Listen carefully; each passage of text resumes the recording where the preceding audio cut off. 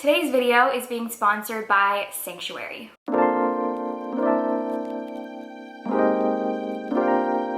Hey guys, welcome back to my channel. So today we are doing my June TBR. So let's just jump right in and go over all of the books I read in May. I did pretty good with my May TBR. I read every single book except for one. So I'm just gonna quickly run through my ratings and just very bullet point thoughts for all of these books because most of them I have posted reading vlogs for. So I read The Shadows Between Us by Trisha Levenseller. I gave this 3 stars. It was very entertaining. I read it in one sitting, but I found that the main character was not exactly what I was hoping for. She was kind of, in my opinion, one of those characters that claims that she's so big and bad, but isn't actually. Everything was kind of predictable, and I don't really feel like the things that the main character accomplished were earned. I think that things just happened very easily for her, and it was very convenient. But overall, it was still entertaining. It wasn't terrible, so I gave it 3 stars. Then I read Beyond the Ruby Veil by Amara Fitzgerald. I also gave this 3 stars. This was a better constructed world than The Shadows Between Us, but I really was bored by this book and uninterested until the last 50 pages. The last 50 pages really engaged me and were very exciting, and I am so curious to see how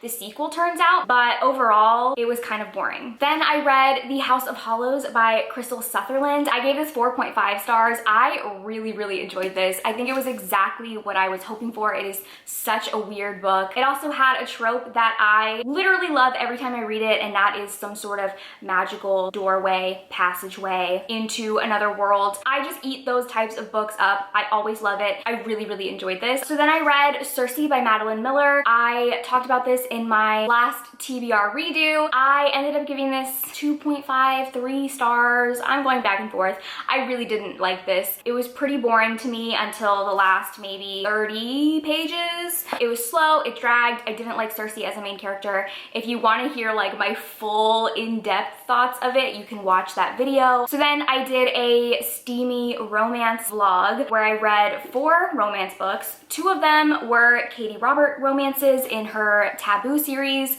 So the first one was My Dad's Best Friend, which I gave 3 stars.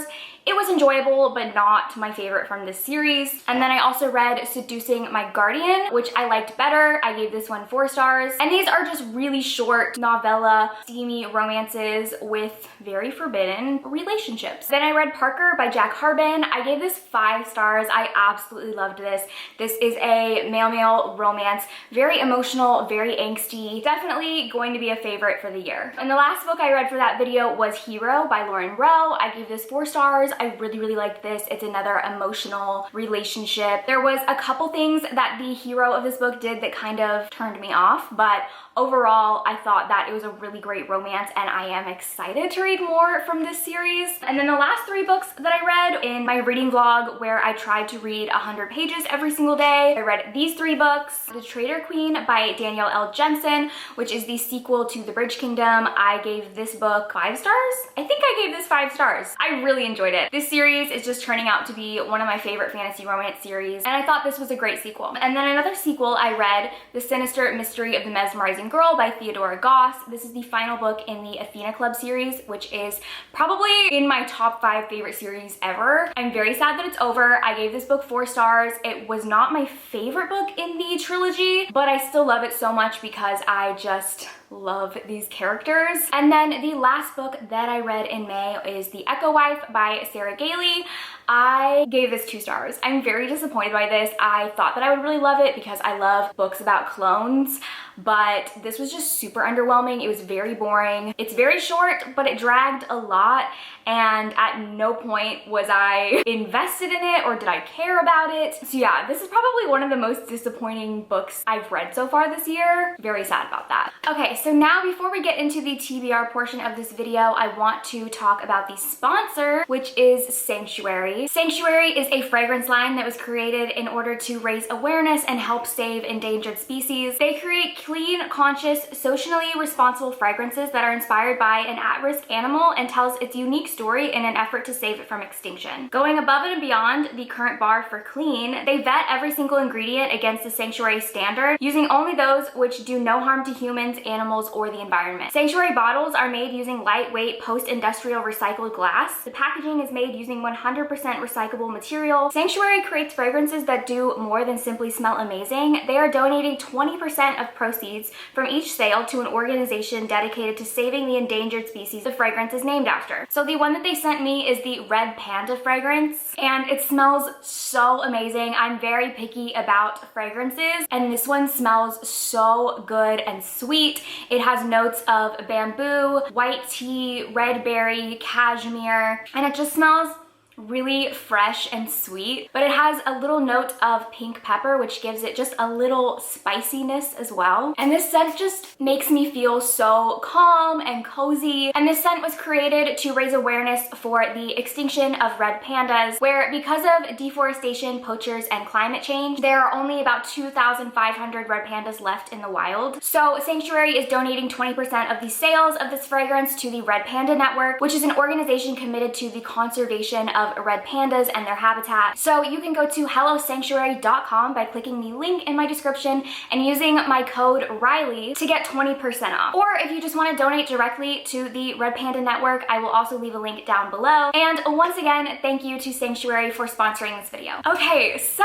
now we are going to get into my June TBR. As always, I choose my TBR books from challenges that I've put into my little Stormtrooper mug. I have not filled up all of my bookshelves yet. I still have a lot of organizing to do. However, I went through all of my books and I picked out some ones that I am the most interested in right now, or some books that I bought recently and I really would like to read. But I do still have all of my other books all up against the wall right now, so if a challenge comes up and I can't find anything back here, I have those to pick from as well. So the first challenge I'm going to pick is this one, which is folklore mythology.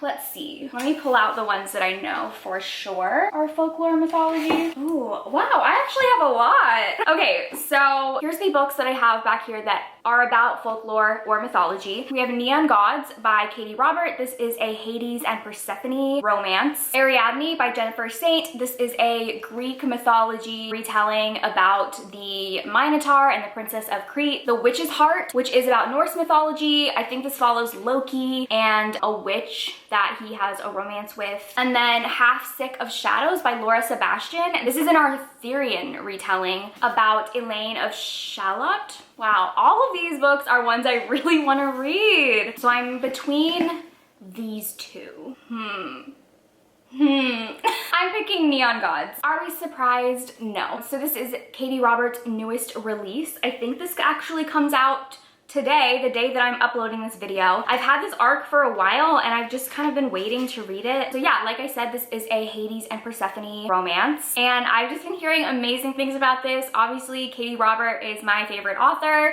so I am very excited. Next challenge is this one. So I picked historical. These are the historical books that I have. We have Malibu Rising by Taylor Jenkins Reid. This takes place in the 1980s.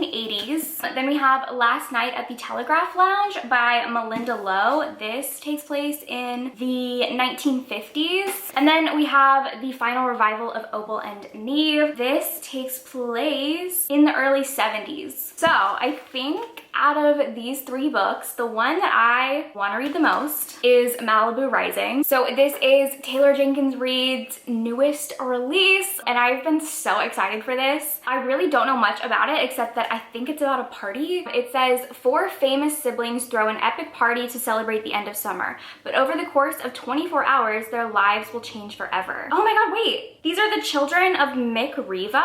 Wasn't he one of Evelyn Hugo's husbands? Or am I making that up? I'm pretty sure. Okay, that makes sense then. It says by midnight, the party will be completely out of control. By morning, the Riva mansion will have gone up in flames. I'm so excited for this. I love Taylor Jenkins Reid's books, especially her ones that are about famous people. She has a way of making her fictional celebrities seem like actual real life people. So I'm very excited for that. Next, let's pick this one. Published this year. So let's see. I think a lot of these were published this year. All of these were published this year. So let's see. What do I want to read? Oh my god, this is too big of a selection. The two that are calling to me the most are these. So we have The Maidens and Our Last Echoes. This is a mixed media horror ghost book, and this is a dark academia. I think I kind of want to go with Our Last Echoes. So Kate Alice Marshall is the author of Rules for Vanishing, which is one of my favorite horror books. It was one of my favorite books I read in, I think, 2019. And like I said, it is mixed media. So it has case files, it has interviews, it has like documents and emails, newspaper clippings. And so this says, in 1973, 31 residents of Bitter Rock disappeared. In 2003, so did my mother. Now I've come to Bitter Rock to find out what happened to her and to me, because Bitter Rock has many ghosts and I might be one of them. As you can see, I put my bookmark in here because I wanted to read it last month, but I just didn't end up getting to it. I thought if I put my bookmark in it, that would like entice me to pick it up. So yeah, let's go with this one. Next, let's pick this one, which is Goodreads. Oh no, no, no, no, no, no. So this one, basically, I open up Goodreads, I scroll through, and I try to find a book that I own. Why do I have this challenge in there? I hate this challenge because it is so unpredictable. Okay, I'm just gonna start scrolling and we're gonna see if I'm able to find anything. I might just have to skip this one. Okay, I'm just gonna scroll a little bit more. Oh, wait. Okay, no, let's do this one. Forget Me Not by QB Tyler. This is an ebook that I just bought. I just got this ebook in a video that I filmed of like come book shopping with me online ebook edition, because I heard Jess from Peace Love Books talk about it and it sounds so good.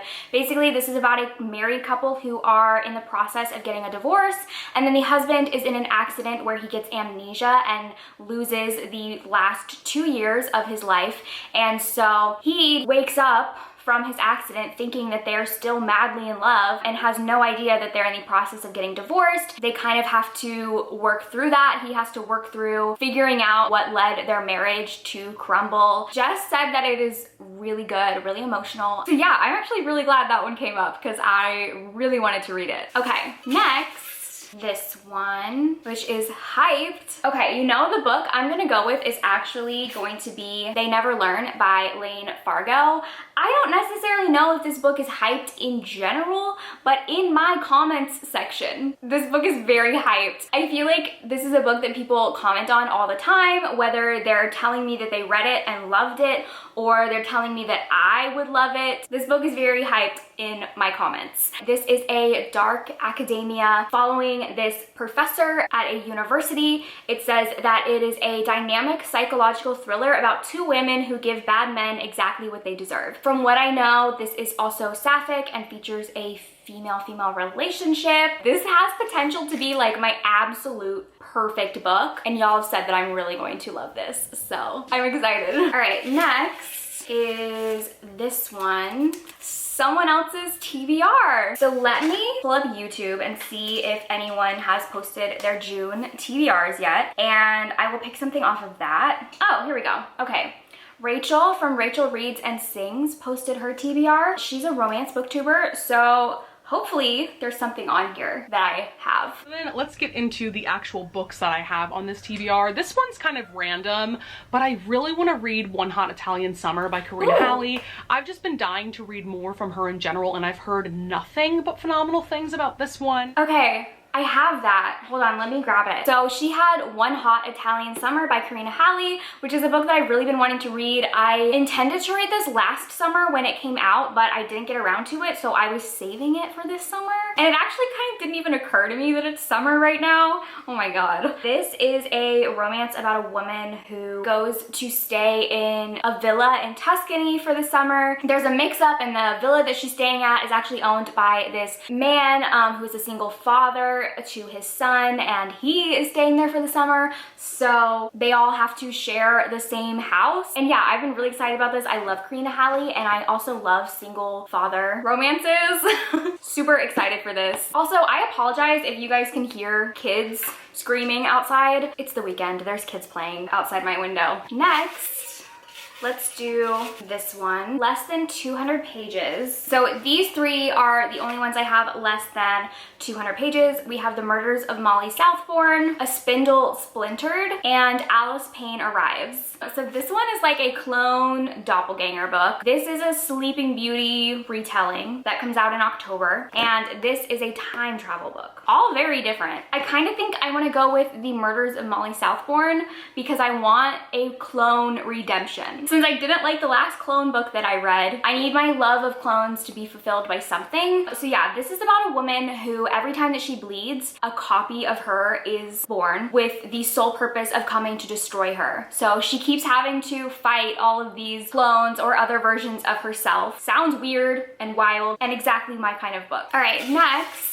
we have sci-fi. There's a couple sci-fi stuff on here. These are the three sci-fi books that I have. Future of Another Timeline, Parasite, and Dead Space. And I have no idea which of these I want to read because all three of these are ones that I've heard nothing about. So like I'm not influenced one way or another by any of them. Ooh, you know what I could do? I could read the first sentence of each of them and pick that way. Let's do that. So, Future of Another Timeline. Drums beat in the distance like an amplified pulse. Okay. Parasite. Jen snapped her helmet into place, enjoying the quiet hiss and click that told her it was locked. Okay. Dead Space. The kid was bleeding from his eyes, but he hadn't noticed yet. Okay. This is a clear winner, right? So this is a sci-fi thriller horror book. It says an investigator must solve a brutal murder on a claustrophobic space station. I'm so excited for this. You guys know I love space horror because it genuinely terrifies me. Like space and claustrophobia are my two biggest fears. Put them together, my absolute nightmare.